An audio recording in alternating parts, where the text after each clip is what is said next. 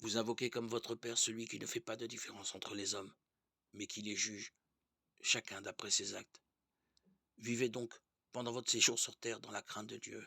Vous le savez, ce qui vous a libéré de la vie sans but que vous meniez à la suite de vos pères, ce n'est pas l'or et l'argent, car ils seront détruits. C'est le sang précieux du Christ, l'agneau sans défaut et sans tache. Dieu l'avait choisi dès avant la création du monde, et il l'a manifesté à cause de vous, en ces temps qui sont les derniers.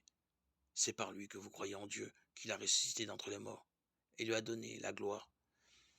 Ainsi, vous mettez votre foi et votre espérance en Dieu.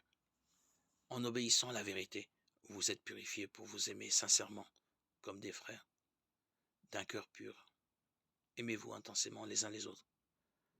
Car Dieu vous a fait renaître non pas d'une semence périssable, mais d'une semence impérissable, sa parole vivante qui demeure.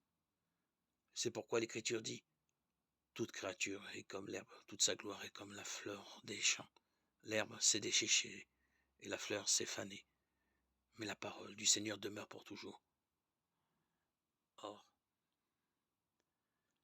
cette parole, c'est l'Évangile qui vous a été annoncé.